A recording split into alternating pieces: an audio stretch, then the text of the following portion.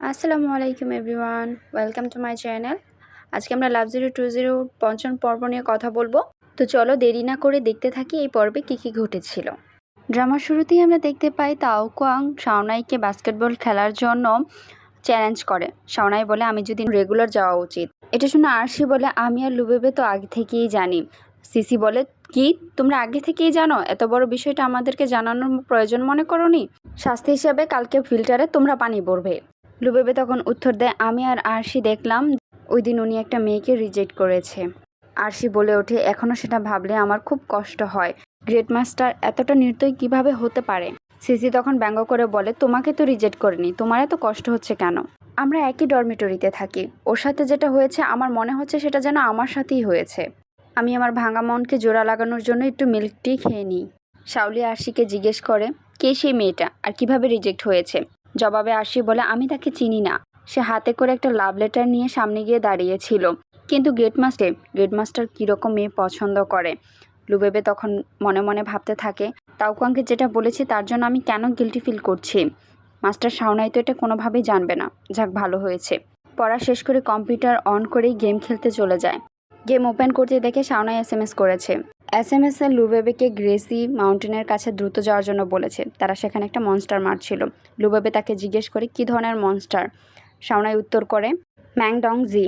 লুবেবে reply করে ঠিক আছে আমি আসছি। এইদিকে বাকি সবাই মনস্টারের সাথে লড়াই করছিল। লুবেবে সেখানে উপস্থিত হয়। হাওমি তখন বলে আজ আমাদের কপালটা অনেক ভালো, মাউন্টেনের উপর বসে সূর্যাস্ত দেখছি আর অন্যদিকে মনস্টারের সাথে লড়াই করছি। শাওজাও তখন বলে চলো আমরা সবাই একসাথে অ্যাটাক করি।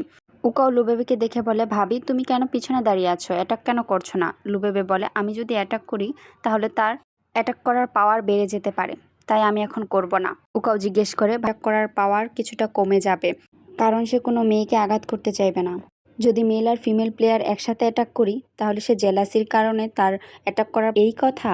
হাওমি জিজ্ঞেস করে যদি মেল প্লেয়ার একা তার উপর অ্যাটাক করে তাহলে কি সে তার অ্যাটাক পাওয়ার বাড়িয়ে দেবে? শাওজাও লুবেবের হাতে তলোয়ার দেখে বলে এটা নাকি ফিমেল প্লেয়াররা খুব ভালো চালাতে পারে, আমি আগে কখনো এটা দেখিনি। তুমি কি একবার চালিয়ে দেখাবে আমাকে?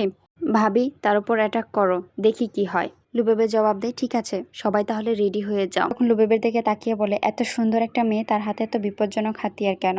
এতগুলো মেল প্লেয়ারই কি তোমাকে প্রোটেক্ট করতে পারছে না? তাহলে আমাকে একটা সুযোগ দাও, আমি তোমাকে আজ থেকে প্রোটেক্ট করব। শাওজাও বলে ওঠে দেখেছো ওর ফ্লার্ট করার স্কিলটা খুবই ভালো। উকাও বলে তোমার সাহস কি করে হলো আমাদের ভাবির সাথে ফ্লার্ট করার? চলো তাকে সবাই মিলে শেষ করে দেই। বলে আমরা এটা দিয়ে কি করব? ভাবিকেই এটা দিয়ে দিও। উত্তরে শাওজাও বলে এটা যদি আমি ভাবিকে দিই আই এম শিওর শাওনাই আমাকে মেরে ফেলবে। হাওমি তখন বলে ইম্পসিবল, ভাইয়ের আজকে মুড ভালো। উকাও বলে আমিও সেটা লক্ষ্য করেছি। শাওনাই তখন তাদেরকে জিজ্ঞেস করে আজকে আমরা কি পেয়েছি। শাওজাও রিপ্লাই করে একটা ছেলে মানুষের চুল পেয়েছি, যেটা একটা প্রেমিক রাজকুমারের প্রেমের নিদর্শন।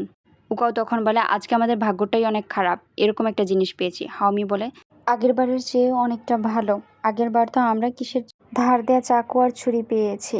শাওজাও বলে এটা আমার কাপড়ের থেকেও অনেক ভালো, কারণ আমার কাপড়ও অনেক দিন হয়েছে ওয়াশ করা হয় না। হাওমি বলে আমরা কি বস ম্যাংকে কোনোভাবে ডিস্টার্ব করেছি যার জন্য ও আমাদেরকে এরকম একটা উপহার দিল? উকাও বলে একদমই না, তার কাছে ভালো কোনো কিছু নাই। হাওমি জিজ্ঞেস করে ভাবি আজ এত চুপচাপ কেন? আমি জিজ্ঞেস করছি আচ্ছা ভাবি তুমি কি উপহার দেখে শখ হয়ে গেছো? কম স্বার্থপরের মতন কথা বলে না, তবে সে মনের দিক থেকে সম্পূর্ণ একজন স্বার্থপর মানুষ। শাওনাই তখন রিপ্লাই করে তোমরাও না, তোমাদের কাছ থেকে এখন থেকে আমি তাকে দূরেই রাখবো। এটা শোনার পর তারা সবাই একটা দীর্ঘ নিঃশ্বাস ছাড়ে। লুবেবে তাদেরকে বলে আমি তোমাদের থেকে উৎসাহিত হয়ে একটা ভিডিও ক্লিপ তৈরি করার চিন্তা ভাবনা করছি। হাওমি জিজ্ঞেস করে ভাবি তুমি কি ভিডিও কন্টেস্টে অংশগ্রহণ করতে চাও? উত্তরে লুবেবে বলে হ্যাঁ, মনস্টারের সাথে লড়াই করার সময় আমি ইন্সপায়ার হয়েছি, আমিও ভিডিও তৈরি করতে চাই। হাওমি রিপ্লাই করে ঠিক আছে ভাবি, আমরা এখন থেকে তোমার সকল কথা মেনে চলবো। শাওনাই লুবেবেকে জিজ্ঞেস করে তুমি কি কোনো কিছু ভেবে রেখেছ? লুবেবে বলে এটা একটু বেশি বড়। শাওনাই বলে তুমি আমাকে বলো আমি শুনছি। একজন মিউজিশিয়ান পাহাড়ি এলাকায় ঘুরতে গিয়ে কিছু ডাকাতের কবলে পড়ে। একজন ফিমেল ডাকাত তাকে তাকে নিজের আস্তানায় নিয়ে যায় আর বন্দি করে রাখে। অন্যদিকে ফিমেল পালিয়ে মিউজিশিয়ানকে বাঁচানোর জন্য সকল সৈন্যর সাথে লড়াই করতে শুরু করে দেয়। মিউজিশিয়ান তার পেছনে দাঁড়িয়ে দাঁড়িয়ে সবকিছুই দেখছিল। ফিমেল তখন একজন সৈন্যদল এসে বলে রাজকুমার আপনি নিশ্চয়ই এখানে থেকে অনেক কষ্ট সহ্য করেছেন, আপনার কারণেই আমরা এই ডাকাতগুলোকে ধরতে পেরেছি। আপনার এই মহৎ কাজের জন্যই গ্রামের মানুষ এখন শান্তিতে ঘুমাতে পারবে। আপনার এই মহৎ কাজ আমরা কখনোই ভুলব না। রাজকুমার, অনেক কিছু না নিলে একটা কথা বলি।